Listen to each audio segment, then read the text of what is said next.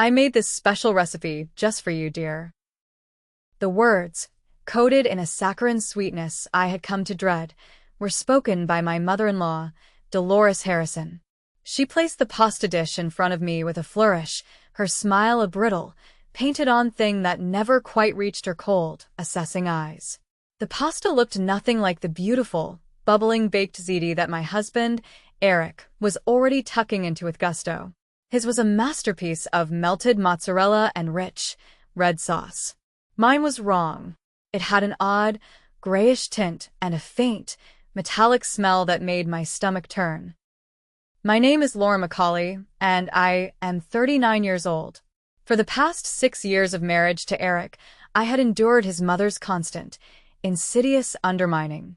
It was a slow-drip poison of its own kind, a campaign of 1,000 tiny cuts designed to bleed me of my confidence and, ultimately, my place in the family. What I wanted was simple: to be accepted, to be loved, not as an acquisition for her perfect son, but as a daughter.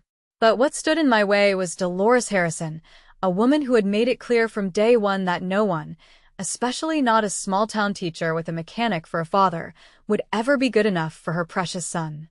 The injustice I faced was her relentless campaign to drive me away, a vicious, calculated assault disguised as maternal concern. As I stared down at the suspicious-looking pasta, a cold dread settled in my stomach that had nothing to do with the strange odor. The smell was wrong, metallic, bitter, nothing like the fresh herbs Dolores claimed to use from her immaculate garden. Eric hadn't even looked up from his plate, completely absorbed in his normal-looking dinner. The fact that only I had received this special version made alarm bells ring in my head, a frantic, clanging siren that I could no longer afford to ignore. "What kind of herbs did you use?" I asked, forcing my voice to remain light and casual, a feat of acting I had perfected over the years. My hand, hidden beneath the damask tablecloth, was discreetly reaching for my phone in my purse. "Oh, just old family secrets," Dolores replied, her eyes glittering with something that was definitely not grandmotherly affection. "I thought you might appreciate something unique." My fingers found the record button on my phone's voice memo app. I pressed it, then slipped the phone back into my purse, carefully positioning the opening toward Dolores. Something about this entire situation felt orchestrated, deliberate. The way she watched me, waiting for me to take a bite. The way Eric seemed completely oblivious to the tension crackling in the air. This wasn't just another passive-aggressive dinner. This was something else. "So, you made this specifically for me?" I pressed, taking a small piece on my fork but not bringing it to my mouth. "Of course, Lauren. After all these years, I finally decided to share something special with you. Something just between us girls." Her smile stretched wider, a grotesque caricature of warmth, and I noticed her hands were trembling slightly. It wasn't with age. It was with anticipation. That was when I knew for certain. Whatever was in this pasta was not meant to nourish me. The metallic smell grew stronger as I moved the fork closer to my face, pretending to savor the aroma. I could now see the tiny green specks scattered throughout the dish more clearly. They weren't basil or oregano. They looked more like the moss that grew in damp, forgotten corners of the woods, or worse. I set down my fork and smiled back at her, a mirror of her own feigned sweetness. "How thoughtful. Tell me more about this family recipe. I would love to know exactly what makes it so special." The tension in Dolores's dining room had been building for years. I remember the first time Eric brought me home to meet his parents in their sprawling colonial mansion in Richmond, Virginia. I was a 33-year-old elementary school teacher from a small town in North Carolina, giddy with love. My background was simple but honest. My father was a mechanic who always had grease under his fingernails but love in his heart, and my mother was a nurse whose compassion was the bedrock of our family. We lived paycheck to paycheck, but we lived with integrity. Eric's world was different. He was a successful architect, charming and sophisticated, a man who had swept me off my feet. His family, the Harrisons, were old Richmond money. Their home was a testament to that, filled with antiques and oil paintings of stern-faced ancestors. Dolores had taken one look at me, a small-town teacher in my best, but still modest dress, and her face had shuddered like storm clouds rolling in. "So, you teach elementary school," she had said, the words dripping with condescension. She made it sound like I cleaned sewers for a living. How quaint. Eric had laughed it off later. "That's just Mom. She's a bit of a snob, but she'll warm up to you." She never did. The 6 years that followed were a masterclass in psychological warfare. There were the cutting remarks about my clothing, my cooking, my family's modest income, all delivered with a smile that made them impossible to confront directly. Eric, trapped in a lifetime of willful blindness, always defended her. "She doesn't mean anything by it," he would say, a mantra that began to sound more like an excuse than a defense. The warning signs had been escalating lately. About a year ago, Dolores had accidentally served me a drink that made me violently ill. I'd spent the night vomiting, my body racked with cramps, while everyone else, including Eric, stayed perfectly healthy. A trip to the emergency room yielded no answers, just a diagnosis of a severe, unexplained gastric event. Dolores had been the picture of concern, wringing her hands and blaming a bad batch of ice. Eric had believed her, of course. Then, a few months later, came the incident with the homemade cookies. I'd brought a batch of my mother's famous chocolate chip cookies to a family dinner. Dolores had offered me one of her own special, oatmeal raisin cookies instead. They tasted strongly of soap, a bitter, chemical flavor that I spat out into my napkin. When I discreetly mentioned it to Eric, he'd sighed. "Mom must have confused the vanilla with the dish soap. She's getting older, Lauren." But it was the disappearance of the stray cats that truly terrified me. Dolores had always made a show of feeding the strays that frequented her sprawling back garden. Over the last few months, they had vanished one by one. When I asked about them, she waved her hand dismissively. "Oh, they wander off. Animals do that." Now, staring at the gray, metallic-smelling pasta, I realized she had been practicing. The cats, the drink, the cookies, they were all experiments. And I was the final test subject. I set down my fork and smiled back at her. "How thoughtful.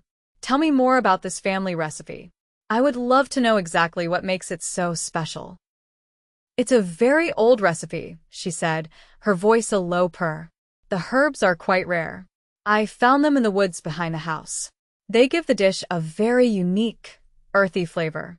Most people cannot handle them, but I thought you might be tougher than most." Her words, captured perfectly by my phone, sent ice through my veins.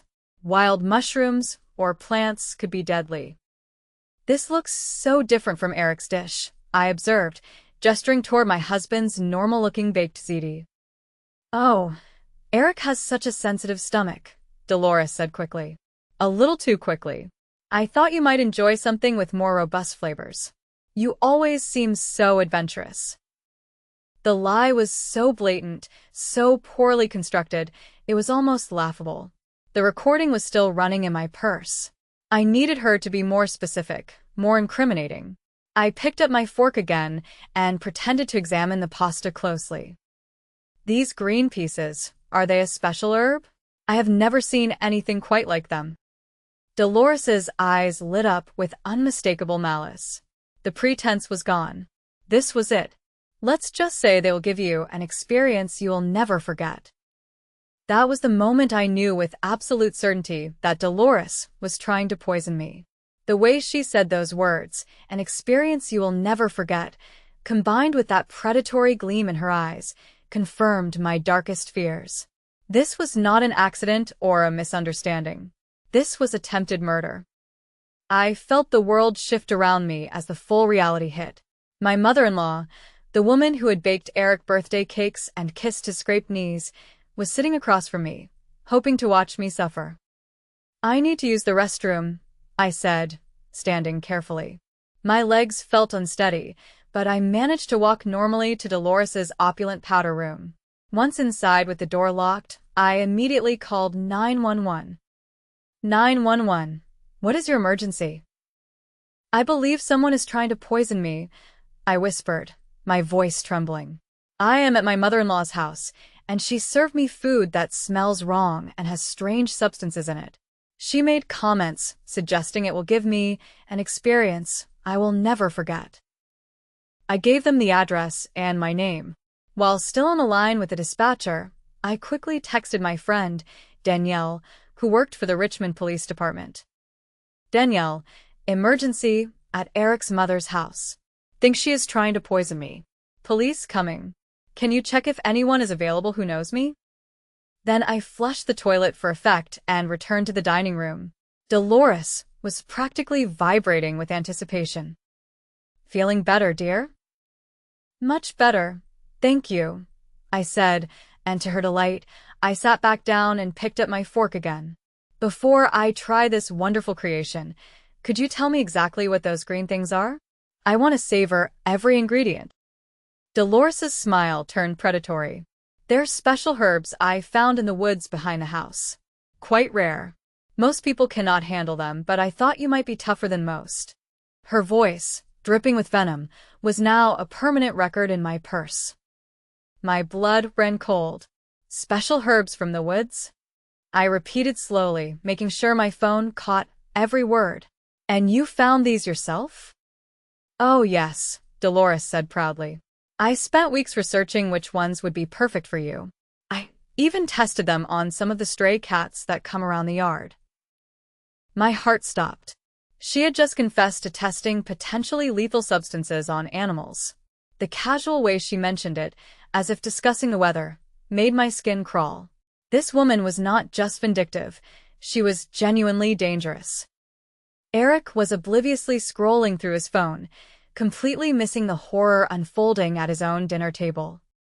Just then, I heard car doors slamming outside. Dolores frowned and moved toward the window.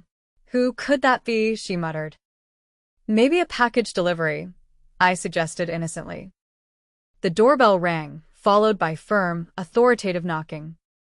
Richmond Police Department. Dolores went white. She spun around to stare at me, and I saw the exact moment she realized what had happened. The fake sweetness drained from her face, replaced by raw, untamed fury. You called the police? She hissed. 2 uniformed officers entered, followed by a concerned-looking Danielle. Lauren, Danielle said, her face grim.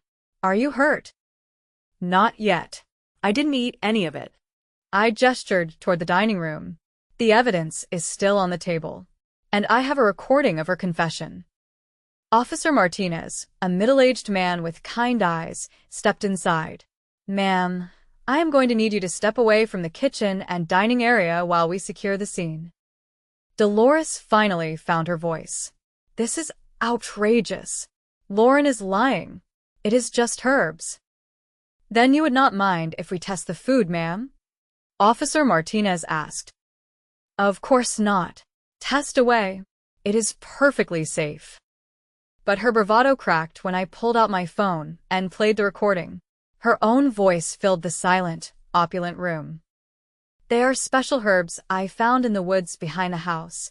I spent weeks researching which ones would be perfect for you. I even tested them on some of the stray cats. Eric's face went ashen. He looked from the recording to his mother, to the 2 plates of food, and I watched years of willful blindness finally shatter.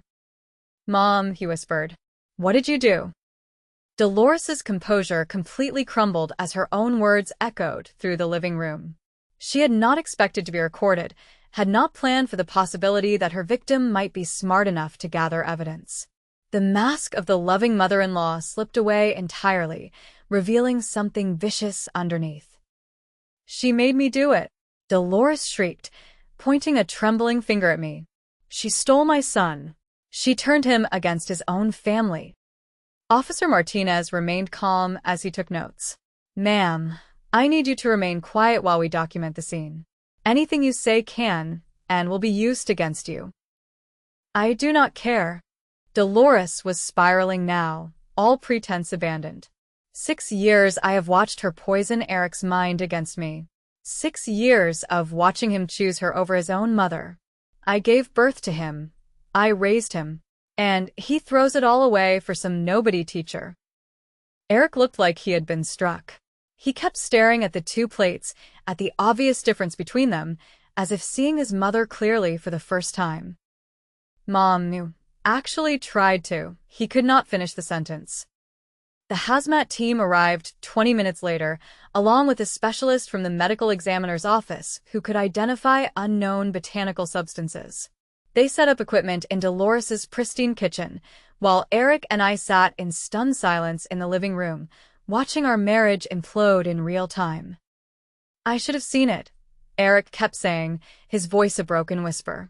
The cat's disappearing, you getting sick after eating here, the way she always made you different food. God, Lauren, what kind of person does that make me? I studied my husband's face, really looked at him. The shock was genuine, the horror was real. But so was 6 years of choosing to believe his mother's explanations instead of trusting his wife's concerns. Danielle came back from the kitchen, where she had been observing the evidence collection. Lauren, they found several different plant materials in your pasta. Some appeared to be pokeweed berries, which can cause severe gastrointestinal distress, convulsions, and potentially death. Others they're still identifying. Pokeweed, Eric repeated numbly. We learned about that in Boy Scouts. It is highly toxic. Just then, Officer Chen's radio crackled, and I heard the dispatch mention finding 3 deceased cats buried in Dolores's back garden. My stomach turned. She had not just tested the poison, she had perfected it. The trial was a media sensation. Debutante mother tries to poison daughter-in-law, made headlines across Virginia and beyond.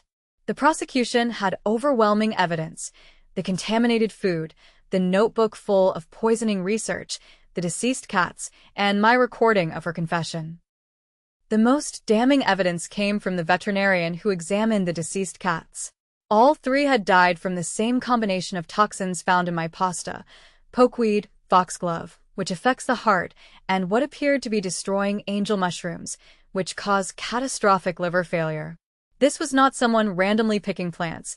This was someone who researched exactly how to cause maximum damage. The specialist from the medical examiner's office emerged from the kitchen, carrying several sealed containers. She also brought out a composition notebook, filled with Dolores's careful, looping handwriting. Detective Walsh, she called to Danielle. You need to see this, dear. We followed her back into the kitchen, where she had laid out samples of various plants on sterile sheets. This is definitely pokeweed, as I mentioned. But there is also foxglove, which affects the heart, and what appears to be destroying angel mushrooms, which cause liver failure. This was not someone randomly picking plants. This was someone who researched exactly how to cause maximum damage. She held up the notebook. Your mother-in-law has been documenting her experiments. She opened it to a random page. Danielle read the entry aloud, her voice tight with disgust. Lauren ate approximately 1/3 of the cookies before stopping. Next time, use less foxglove and more pokeweed. The bitter taste is making her suspicious. Eric made a choking sound. His mother had been trying to murder me for months, documenting her attempts like a scientist conducting research. Eric testified too, his voice breaking as he described finding his mother's research notes after the arrest. She wrote about my wife like she was a laboratory animal, he said on the stand, tears streaming down his face. She documented dosages and reactions. She was trying to find the perfect amount to kill Lauren without it looking suspicious. The most chilling evidence was the notebook. Page after page of observations about which plants caused which symptoms, how much was needed to cause illness versus death, and most chilling of all, specific notes about me. Dolores's defense attorney tried to argue temporary insanity, brought on by empty nest syndrome and medication interactions. But the detailed notebook, spanning 18 months, destroyed any claim of a spontaneous mental break. This was calculated, methodical, attempted murder. I testified for 3 hours, walking the jury through every suspicious meal, every unexplained illness, every time Dolores had offered me something special, while everyone else ate normal food. The judge sentenced her to 25 years in prison. At 68 years old, it was effectively a life sentence. Justice had been served, but the damage to my marriage was irreparable. Eric and I divorced 6 months after the trial. Despite his genuine remorse and horror at what his mother had done, I could not forgive 6 years of him dismissing my concerns as paranoia. Every time he had told me I was imagining things, every time he had made excuses for his mother's behavior, every time he had chosen her word over mine, it all added up to a fundamental lack of trust that I could not rebuild. "I am so sorry," he whispered, his eyes filled with a pain that I knew was real. "I should have protected you. I should have seen what she was doing." But sorry would not undo years of choosing his mother's word over mine. Sorry would not bring back the cats. And sorry would not erase the fact that I had been living with a woman who wanted me dead, while the man who had vowed to protect me looked the other way. I moved back to North Carolina, to a small town outside Charlotte where nobody knew about the case. I wanted anonymity, peace, and distance from the circus my life had become. The settlement from the divorce gave me enough money to take time off from teaching and focus on healing. But healing was complicated. I had nightmares about contaminated food. I could not eat at restaurants without wondering if someone in the kitchen wished me harm. Trust, once shattered so completely, was not easily rebuilt. Slowly, though, I began to reclaim my life. I started volunteering at an animal shelter, finding comfort in caring for creatures who had been abandoned or abused. I took self-defense classes. I learned to garden, growing my own herbs and vegetables in raised beds where I could control every ingredient. Most importantly, I learned to trust my instincts again. The little voice that had told me something was wrong with that pasta, the same voice I had learned to doubt during 6 years of being told I was paranoid, I learned to listen to it again. Dolores had tried to destroy me, but instead, she had freed me from a marriage built on willful blindness and a family that saw me as expendable. Looking back on that terrifying night and the journey that followed, I realized that surviving her poison had taught me the most valuable lesson of all. My life was worth fighting for, and I would never again let anyone convince me otherwise.